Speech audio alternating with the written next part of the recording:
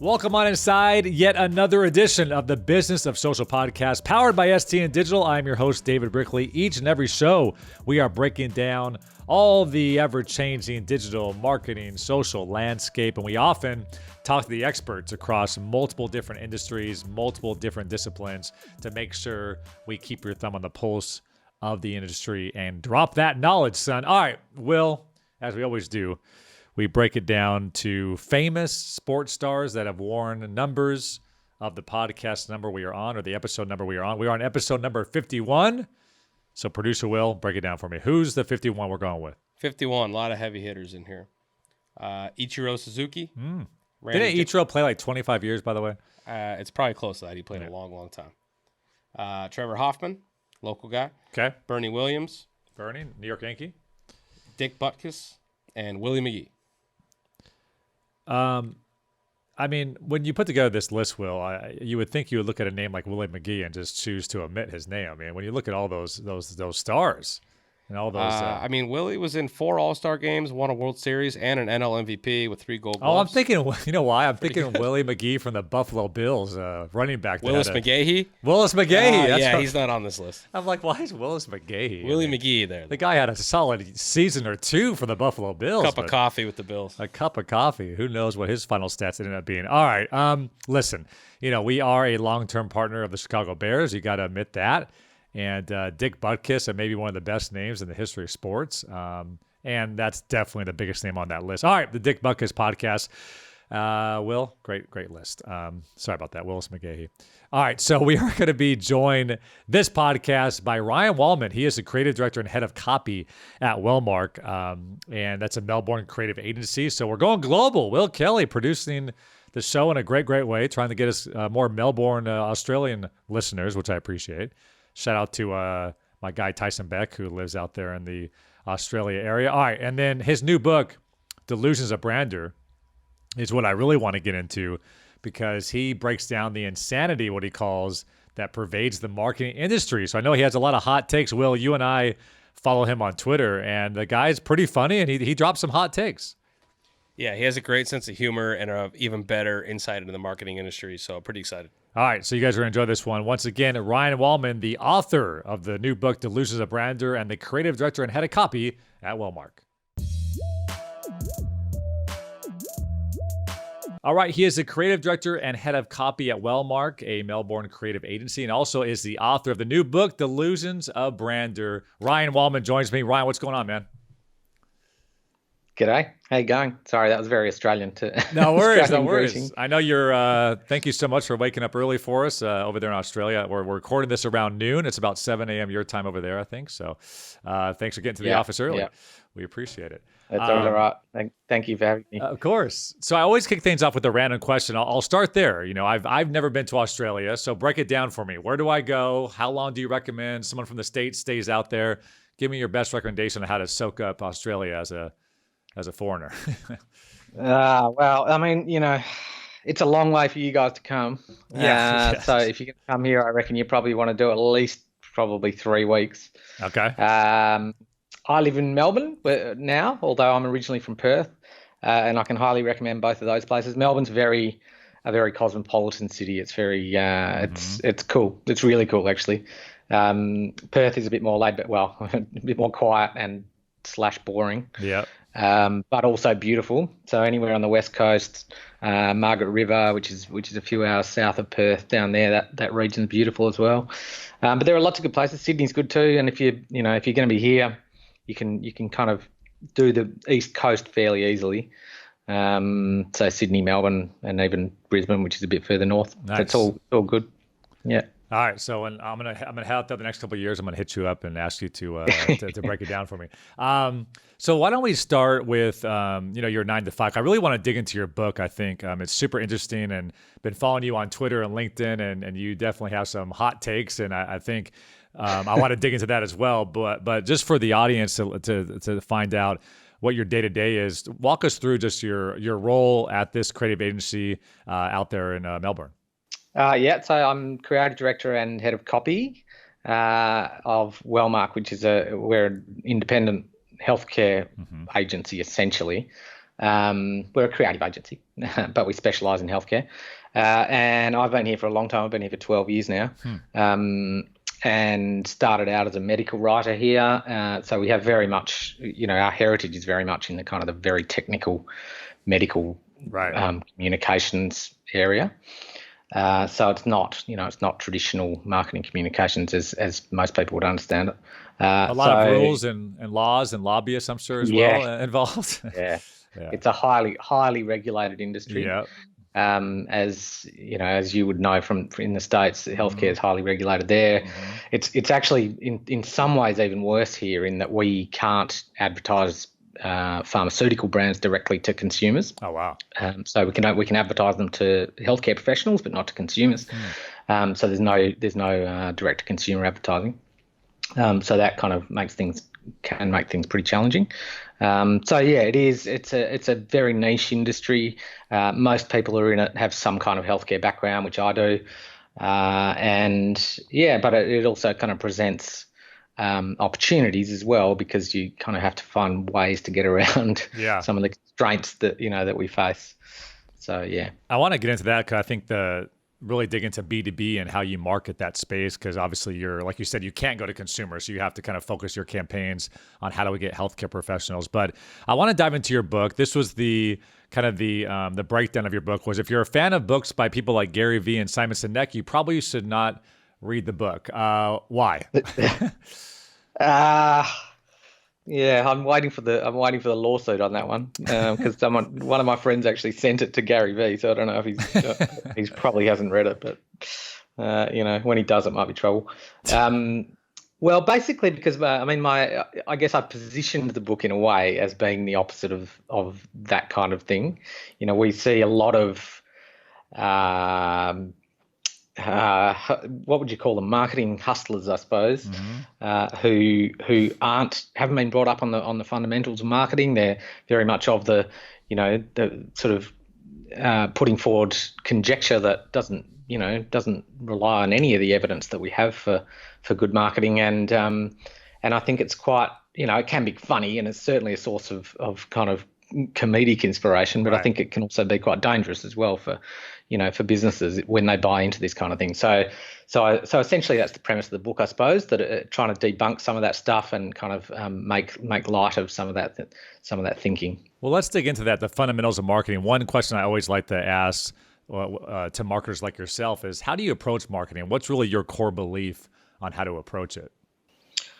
Well, the answer that I usually give to this is that I think you need some kind of training about the fundamentals of marketing, and that doesn't necessarily mean that you have to do a sort of a formal degree or anything. Which, although I have done that, but I think you need to educate yourself about the principles of marketing that have sort of stood the test of time, and marketing hasn't changed a hell of a lot, certainly in terms of the principles for decades.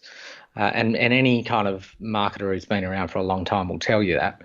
But there's this other view that things are changing incredibly rapidly now, and everything's different now than it was 5 years ago or 10 years ago or whatever. And I think that needs to be countered. So my view is that you really need to try and learn from what's gone before.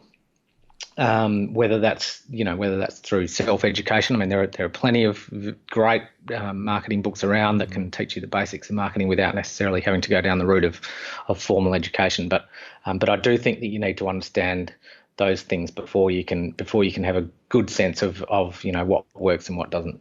Now, how would you break down, like, in the different buckets? You talk about the principles of marketing, the fundamentals of marketing. Do you break that down into 3 or 4 different main buckets, whether it's learning more about your consumer or your target messaging? Like, how does your brain work when you start to like build out from the top down? Well, look, I still hark back to some of the the old sort of mnemonics, I suppose, of marketing, like the 4 Ps. I think those things have been disposed of by a lot of modern marketers without really thinking that that was actually quite a handy way of thinking about marketing, and then segmentation, targeting, positioning, all those kind of really basic ways of thinking about marketing that that weren't necessarily exhaustive, but that they certainly gave you a good framework for thinking about the entirety of marketing. Whereas, there is a real tendency now for a lot of,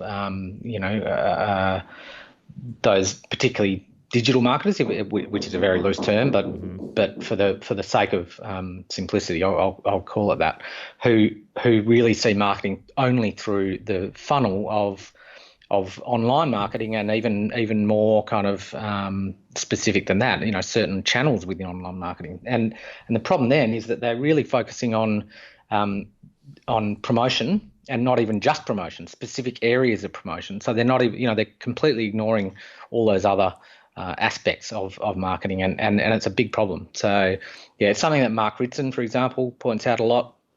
What a lot of people consider to be marketing is really only a tiny fraction of what the marketing role should involve. I almost feel like it's like the workout industry. Like, push-ups have always been really, really good. You can get really strong by doing push-ups and pull-ups, but they always have these new ab rollers and these new infomercials, and this is how you get big. But like, it sounds like what you're saying is like there's a fundamentals of marketing, stuff that's worked for decades, if not centuries, that people just want to do the new, cool, fast, shiny object. And it sounds like you're just seeing a lot of that in the industry. Yeah, absolutely. And I think that's a big problem, the shiny object syndrome. I honestly believe that if you are, if you're trying to plan ahead in any sense, what you should plan for is that things are broadly going to stay the same for the foreseeable future. Things will, obviously there will be changes in the media landscape, and you need to stay abreast of your competitive landscape and all that kind of thing. But what you can be almost certain of is that things won't change significantly in the next few years. That's just not going to happen, because it hasn't, as you say, it hasn't happened for decades or even longer. Right. So I think chasing the next shiny thing is a fool's errand, and we've seen a lot of brands come unstuck because of it. Now, I always like to ask this question as well, because I think, to your point, a lot of people in our industry, this is where they get really mixed up, is the difference between sales and marketing, because I think a lot of professionals mix those two worlds. How do you explain to different people in your industry what the true difference is between those two departments or those two philosophies? Well, I think marketing is there ultimately to support sales.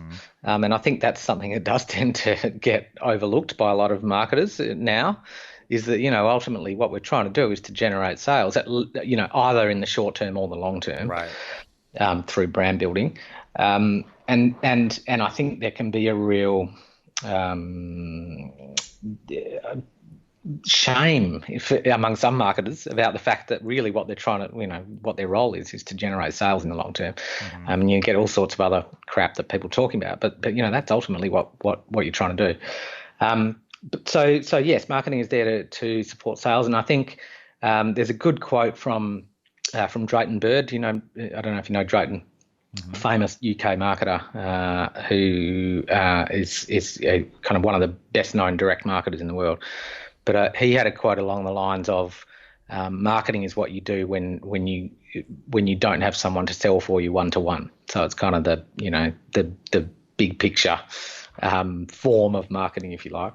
But yeah, I think I abide by Les Burnett and Peter Field's thinking about this, which is that ultimately marketing is kind of that mix between brand building and sales activation, and that's what you should be doing. So it's very important to remember that you are, part of your role is to activate sales, but the other part is to build your brand over the long term, and that is not immediately driving sales. Absolutely. That's probably the best way to think about it. What's the one thing you think every marketer should be asking themselves? Asking themselves, Yeah. well, I think they should be asking themselves, whether they fundamentally understand what their role is. Because too often I think you find, and this is something that kind of I've touched on in my book, is that CMOs, for example, whenever you see a quote from a CMO, they talk about all sorts of highfalutin, nonsense, to be honest, that really doesn't have anything to do with marketing. What are some of those things you often hear? Our purpose is to change the world. Our purpose is to create culture. All this kind of stuff. Maybe that's a slight exaggeration, but it's not far off. I think they've become embroiled in this world where they think that their role is something that it just isn't, and they need to remember, what the role of marketing is. Yep. So it sounds like that's what you see a lot of. It's like at the end of the day, there should be everything you're doing from a marketing perspective. There should be a target of how much of this stuff is actually converting to cash money in our hands. And it sounds like what you're saying and what you see a lot of is that's not the main KPI with a lot of marketers, and that ends up being the ultimate problem. Yeah, I mean that it certainly seems to be that way. I don't know quite why that has become the case, but they're just. I mean, there's a number of times that you will see an interview with with a CMO or something where they really don't even mention sales or revenue or whatever. Is remarkable, really, and I think it's become its own little bubble, really, particularly in the marketing media. But yeah, it's an issue. And I've seen this too, where sales and marketing don't even talk. They're on opposite sides of the company. They don't have, if you don't have at least one weekly strategy meeting with sales and marketing in the room, that's the bare bones of what you should do. But I see it all the time where they're strangers. They don't even know what each other's doing, which that's a huge problem too. Yeah. And we see that as well. Even in the healthcare industry, so sales is almost its own. People, they really don't talk to sales, and occasionally when they do, they discover all these things that they weren't even aware of, which are which are pretty important. So yes, I think that schism is a bit of an issue. And what's interesting is, and both sides are receiving so much data, whether the sales team is knocking on doors and they're getting certain responses from those potential prospects. Like that information is so valuable to marketing to make sure they're answering those questions or they're speaking to that. And to your point, those comments or those findings never get distributed. So therefore you're kind of banging your head against the wall. Yeah. And it's kind of, it's analogous, I think, to the old issue of not being close to the customer. Yeah.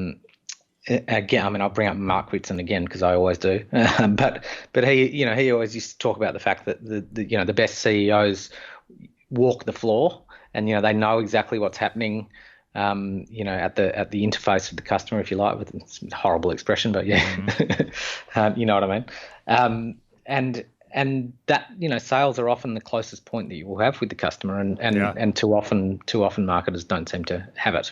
All right, so obviously, Ryan, everybody finds some type of inspiration before they sit down to write a book. What was the main reason that you wanted to make sure you got this, drop this knowledge out to the world? I think that knowledge might be slightly overstating it. However, well, I think I'd be lying if I said that it was a very premeditated process, to be honest. I came up with the idea for the book over I don't know, probably a year or so, because I started to realize that I'd put together quite a lot of stuff in the past few years, whether it was blog posts or articles or little satirical things on Twitter or whatever. And I realized that a lot of it was, was just out there in the internet ether, and I wanted to give it a home, basically. So I decided to make it a bit more permanent and put it into a book. And so I suggested on Twitter that I was thinking about this, and a guy I know called Giles Edwards, who's the man that ultimately put together the book, sent me a message and said, you're serious about this, and do you want to do this? We'll design it for you. And so that's what happened. So nice. It all kind of happened quite quickly after that. But I think if in terms of there being an underlying thread, if you like, that's probably that I wanted to debunk some of the kind of more out there claims of the marketing industry and try to bring some sense, back to the way that marketing is talked about, mostly kind of entertaining and satirical way, but with a little bit of serious stuff too. Dr. Draper on Twitter, right? Is it? But so you've amassed like 16,000 followers, which is pretty. Was that really? You were just talking about the insanity of marketing, or these different tactics and tips and things that just weren't part of the true principles of marketing, and that just kind of led you to become this voice in the industry that pointed this stuff out? Yeah, that's a pretty good summary, I think. And I think probably the thing that um, has has led to me getting a bit of a following is as I say, the fact that I try to be entertaining with it. Yep. I try not to be too serious, and I think the irreverence that people see is probably what appeals, because there just isn't enough of that kind of thing in marketing. I think a lot of people take themselves very seriously in marketing, Yeah. a bit too seriously. So that was and that's really the underpinning of the book as well. Well, I think I saw you tweet this back on February 13th. The modern marketing, the facts. Is this also in your book, or is this just another thing you did recently? No, that's a recent one. Perfect. But I want to. This is. Yeah, I think if anybody's wondering, how Ryan thinks or what he's talking about, more tangible. This is like perfect. I want to get like your quick thoughts on each of these. But this is modern marketing, the facts. Nobody will buy your products if they don't believe in your purpose. This is why Amazon struggles to sell anything. Obviously, ha ha he he. But this is the stuff it seems that you're talking about. Like you literally hear these words. If they don't believe in your purpose, they're not going to buy your product.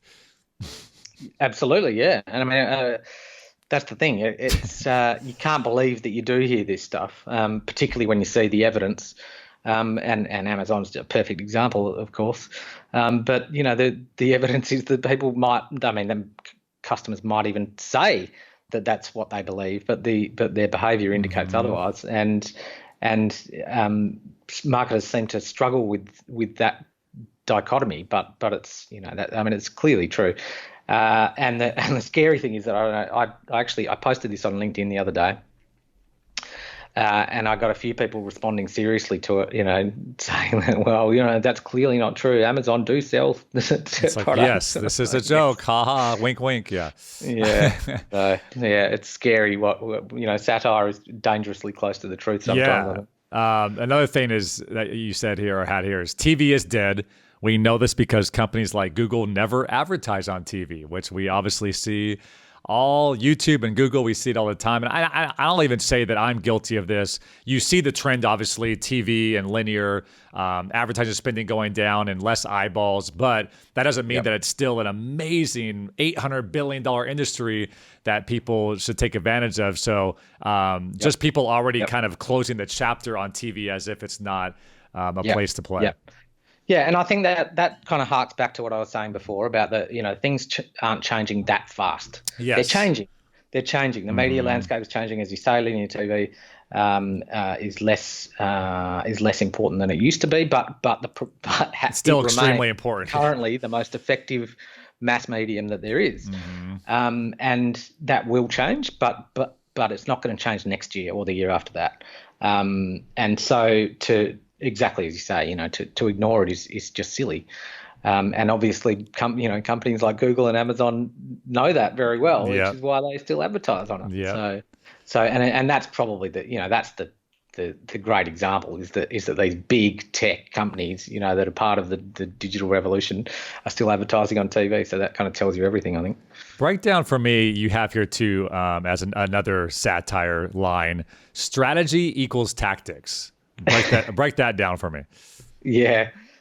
Well, this is something that I'll bring him up yet again. Mark Ritson bangs on about in his column for Marketing Week, which is that there is this amazing kind of tendency for a lot of marketers to talk about the tactics of marketing and particular channels even as being the sum total of marketing when as representing strategy, when they are fundamentally different things. If marketing strategy and tactics are diametrically opposed in some ways. Obviously, strategy informs tactics, but they're not the same thing. And a lot of people just simply don't know that. Whether it's because they haven't been trained properly or they get caught up in these these newer channels. It's not well understood that that's the case. And there's also a tendency for, you hear a lot about people saying, oh, what's your Instagram strategy, or what's your, Facebook strategy. And those things really are not compatible with the idea of strategy. They are channels, and to talk about them as having a strategy is just not right. So I guess I like to get granular with like actual steps. If you and I or Ryan, we're starting a clothing brand together and we're in a whiteboard session, we're talking about how are we going to market, like how are we going to market this new company, this new product, this new clothing brand, whatever it may be. What are some of the initial questions that you're asking as you start to build down, whether that's that strategy or just like how we're going to market any product? What can be those things that just like across the board are just questions that you're always asking? Well, I think, the first question probably is to ask, what research have you done? What market research have you done? Have you done formal market research?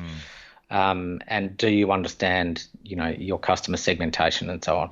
That is really where it has to start. And if you don't start from that basis, then you run the risk of going down a rabbit hole that is leading you down the wrong path, to mix my metaphors. But that's the issue I think that I often find is that there is often people just start trying stuff and just like with no and also there's a presumption that the company knows best.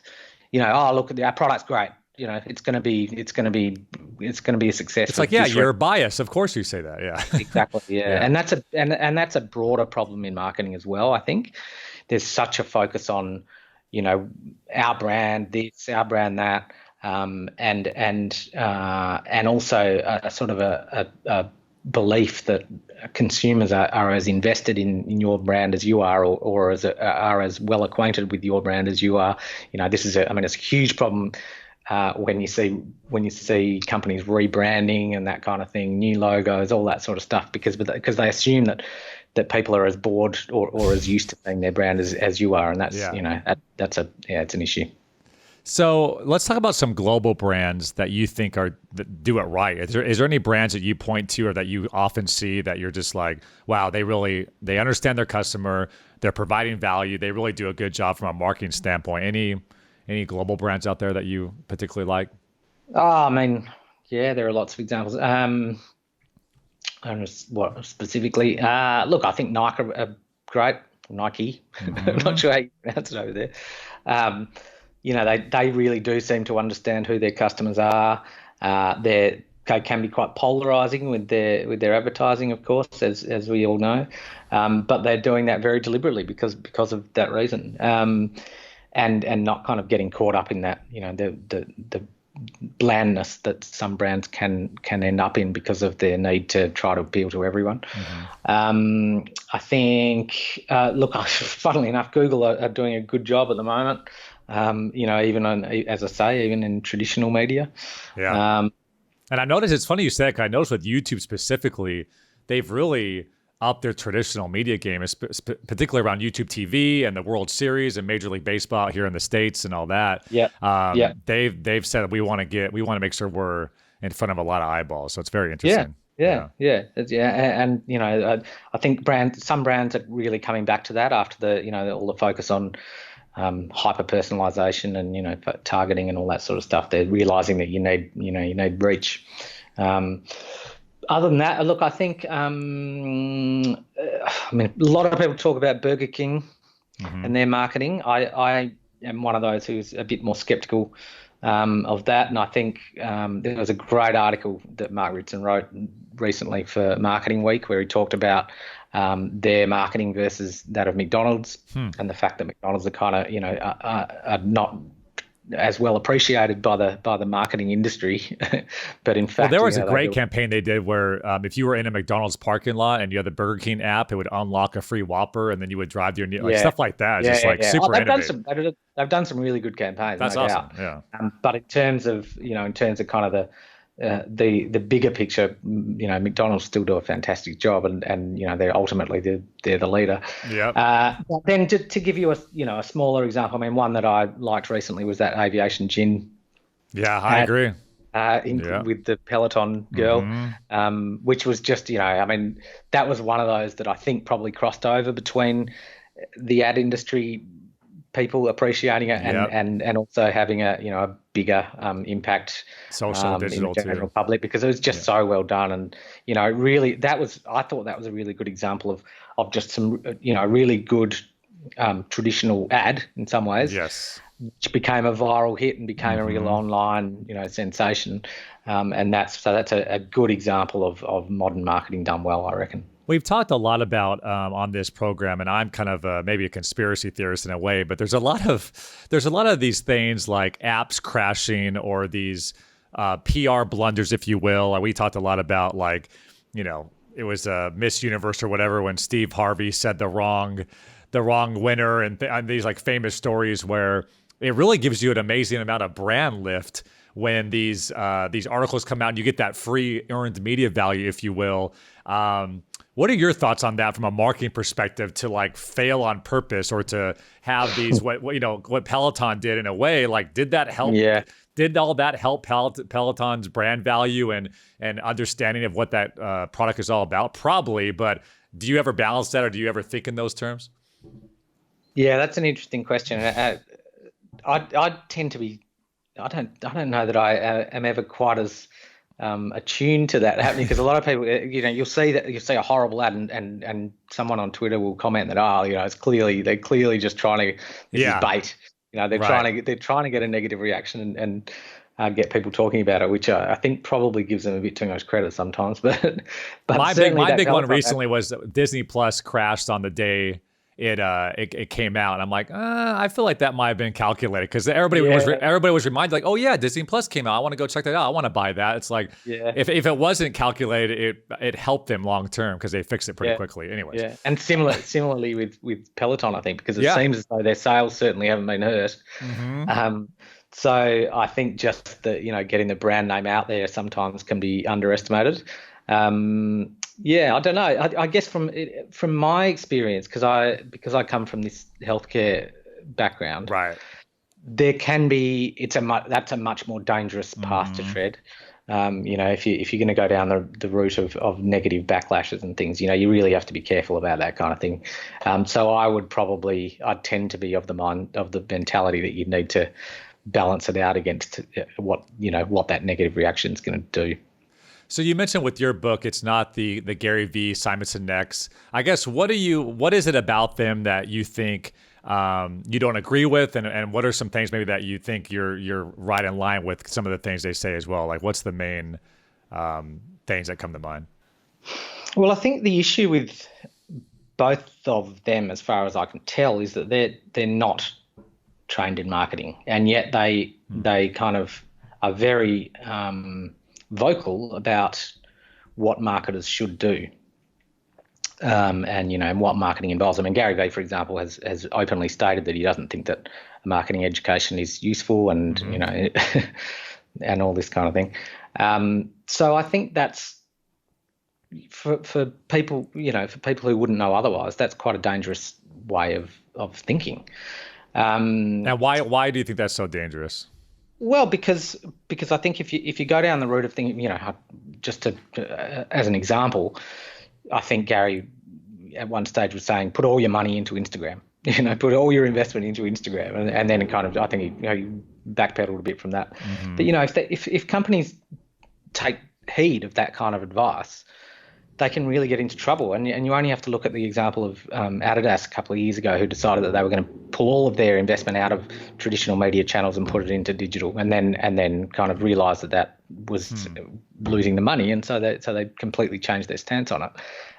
So that's probably my main issue with it, and it seems to me that for these guys, it's often about their own self-promotion rather than what might be good for the people that they're preaching to. So, and it sounds like what you're saying too is like every product from a marketing standpoint is really a calculated science, and there's no blanket advice that can be said, because there may be a product that makes total sense. It's an e-commerce product. It's for younger kids. Yes, I would put all your money into Instagram, but there may be another product that mailers, in the post office is actually your highest earner in terms of getting the message across. So is that basically what you're getting to, is like everything's so different, you have to A/B test every single product? Well, exactly right. Yeah. And that's why, and that's when we were talking about strategy and tactics before, that's the whole issue, is that if you start from the standpoint of tactics or a particular tactic, then that's when you lock yourself into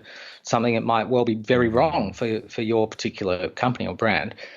So that, you've got to have the strategy first, and then you need to be channel neutral about it after that. And so, as you say, it might well be Instagram, or it might well be, I don't know, whatever it is, or direct mail, but you can't assume that it's going to be one and then work backwards. One thing that I guess in our industry, especially B2B, here, I'll get into this with you, is, we call it a soft touch, but how have you found ways to stay in front of your core demographic with, I think the problem is with marketing and sales, and people get this mixed up, is they're pitching their product and they're being very salesy, and that's not marketing, but you want to make sure you're staying in front of your core demographic. Have there been ways, especially in your role in that B2B space, that you find ways that have been successful for you to just stay top of mind for your core consumer? Well, yeah, I mean, it is difficult because a lot of our audience are healthcare professionals, and they can be very difficult to get in front of, largely because they're time poor, and it can be difficult to get time with them. But events are pretty good for that kind of thing. So conferences, that kind of thing, where we can have, for example, key opinion leaders from international key opinion leaders who come and speak at conferences, that kind of thing, where it doesn't have that that really confronting sales pitch to it. Right. But it's educational and still relates to the kind of the messages that you're trying to get across. So that can work well. And other than that, we do some work with journals and that kind of thing, where we will be involved in articles that are on educational topics that relate to the brands that we're promoting, but they're not brand specific. And so it's almost that almost that content marketing model, I suppose, where you aim to be helpful before you try to sell something. And that's one thing I'm sure you, Gary V, Simon Sinek can agree on, is like providing value to your customer and not always asking for something. Like, how do you provide value to your community, if you will? So that makes definitely. And look, don't get me wrong, some of the stuff they say is right. It's perfect, and it's entirely in line with what I would suggest. Yeah, and I battle that too with a lot of my clients. Obviously we're a social first marketing agency, but people, they want 100,000 followers, they want 1 million followers, and I constantly have to push back and say that's a vanity metric. You much rather would have a more engaged audience. So I'd rather have 10,000 followers where 50% of them engage, and have 100,000 followers where only 3% of them engage. And that's, I think, an issue with digital right now too, is like people are looking at the follower count as a measurement of success, like you said, rather than what its actual ROI of what we're pushing out and what we're getting out of this is kind of the ultimate goal. I think vanity metrics are a blight of our age. I suspect, or impressions or whatever. Like, great, we got 40 million impressions. Did we get any sales out of this? It's like exactly, the ultimate. Exactly. Is lower funnel. I've literally seen likes and shares and that kind of thing on a report to a company board, without any kind of indication of what impact that had on sales. Right. So it's crazy. All right, so I want to have some rapid fire questions here towards the end. From a marketing standpoint, whether it's social or just a marketing tool, what's a tool that you use daily or weekly that you just simply cannot live without? Twitter. And I don't mean that from a work perspective exactly, but in terms of my broader exposure to the industry and learning from people, then Twitter is my go-to. And then from a business perspective, I mean, with you guys or just what you've seen with your research or your colleagues, what digital social platforms seem to be working the best right now, or what's kind of your recommendation when it comes to different products that are trying to have a strategy for more online marketing? For activation, exactly. For kind of sales activation, then I would say Facebook's probably been the most successful for us. Because healthcare professionals are on social, so you can target and get drill down to to get in front of them, Yeah, right? but also we do have some brands that are kind of outside the pharma space, Okay. so broader healthcare, and so we're talking to consumers there, and so we've had some good results with Facebook. We still do email marketing, and that seems to be pretty effective as well. Yeah, they're probably the main ones. So from let's say like you're a marketer, you're not traditionally trained, or, like you mentioned earlier, what are the things, whether it be the journals or the books, some of those things that you think are just must reads, must haves to be able to stay up to date on marketing and really make sure you're doing the right things? Okay, well, in terms of books, I think How Brands Grow by Byron Sharp is a must read. And he's also got a more recent book, which is pretty hefty, I think. I haven't read that one. My personal recommendation, if you want a kind of a crash course, is that you do the mini MBA. So it's a 12-week course, I think. It's very entertaining. He's hilarious, but really, really valuable. Probably the best value marketing education that you'll get. It's really good. I don't know what else. Oh, there's a couple of recent books. So Alchemy by Rory Sutherland is really interesting. And anything by Drayton Bird, pretty much, I would recommend. Particularly his kind of his famous books. So I can't remember what it's called now. Common Sense Marketing, I think it is. Awesome. Yeah, you can't go too wrong with those. So if listeners can take away one thing from your philosophy, from what you've seen, from your book, things like that, what's the one thing that you wish you could just shake all marketers and say, make sure you don't do this, or make sure you focus on this when it comes to all the different products and brands that people market? Well, I think probably what we talked about before, which is make sure that your strategy is first, and that your tactics don't lead. Awesome. And then if you can recommend anybody in your network that you just mentioned a lot of great authors, but anybody in your network you think would provide a lot of value or be a great guest to talk with on the podcast, anybody that comes to mind that you would kind of nominate to be next on the show? Let's see. Probably go with I mentioned Rory Sutherland. He's always very good value. Okay. He'd be great. There's a great copywriter who I know called Vicky Ross. He's based in the UK. She's great too. Awesome. I'll have to hit you up for those recommendations. Well, Yeah. Thank you so much for the time. I'm definitely going to read your book back to back here, and I'm just super excited to dig into it. Thank you so much, Ryan. I appreciate it. Thank you. Thanks, man. It's a pleasure. See ya. All right, there he was. Thank you so much to Ryan Wallman to come on the program, dropping some knowledge for us. And Will Kelly, did you like my push-up, pull-up analogy? I thought that was pretty strong. I thought you nailed it. I nailed it. I appreciate that. No, but I think that was probably, if I took away a couple things from this show or this interview, it's so true, right? There's always that issue with the get-rich-quick scheme, or I think when it comes to marketing, this is the new trend. This is a way to get your product sold. This is a way to get more brand awareness. And this is a new sexy thing, whether it be social marketing or, partnerships or influencers, whatever those things may be. And listen, that may be what works for you. And you may do an A/B test analysis, and you may do these different focus groups and research, and you may identify, you know what, we're not going to spend $1 and at a home or traditional. We're going 100% in Instagram advertising. And that may be what works. But I think the goal of what Ryan was trying to say and what he talks about in his book is you can't just apply blanketly, if that's a word. You can't just apply these new tactics or these new different ways to reach people to all brands and say, hey, if you're brand A, B, or C, then you need to do exactly this. That's where everything's going. So I thought that's a good reminder for all of us marketers, because we're always looking at the shiny object.